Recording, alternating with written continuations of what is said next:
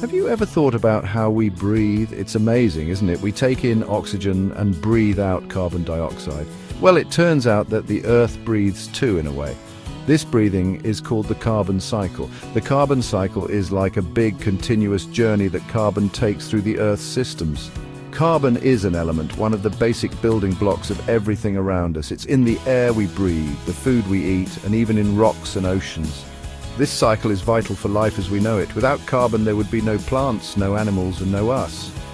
So let's dive in and explore this fascinating journey of carbon. Think of the Earth like a giant playground, and carbon is like a kid who loves to play on all the equipment. It swings from the air to the ground, dives into the ocean, and even takes a ride inside living things.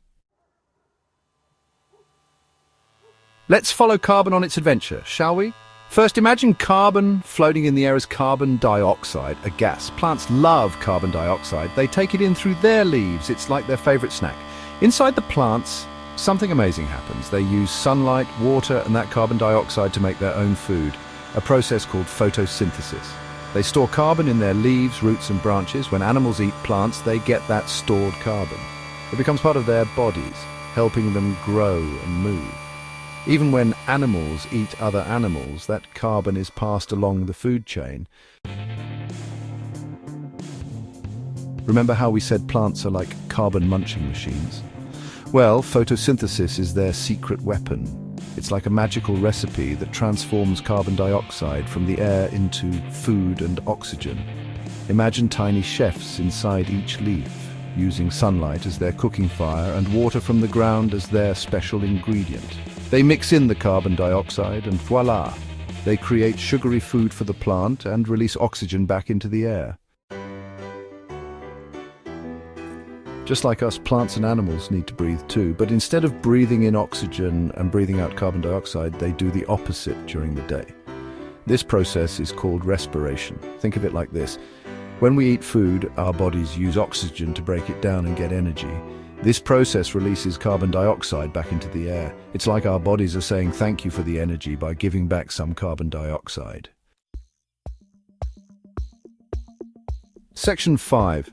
The ocean's deep breath carbon in the water. The ocean is like a giant swimming pool that loves to absorb carbon dioxide from the air.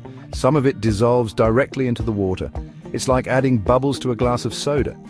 Tiny marine plants called phytoplankton also live in the ocean. They're like the plants on land, soaking up carbon dioxide and using it for photosynthesis. The ocean plays a crucial role in keeping the carbon cycle balanced, but sometimes we humans upset that balance. Section 6. Human impact, throwing the cycle off balance.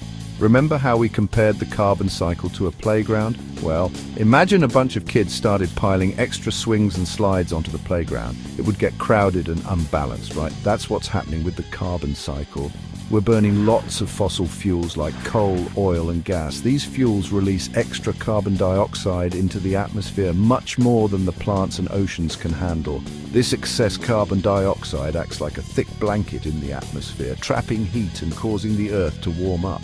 This is what we call climate change or global warming.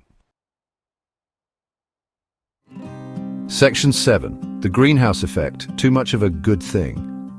The greenhouse effect is a natural process that keeps the Earth warm enough for life to thrive. Just like the glass walls of a greenhouse trap heat from the sun, certain gases in our atmosphere, including carbon dioxide, trap heat from the Earth's surface.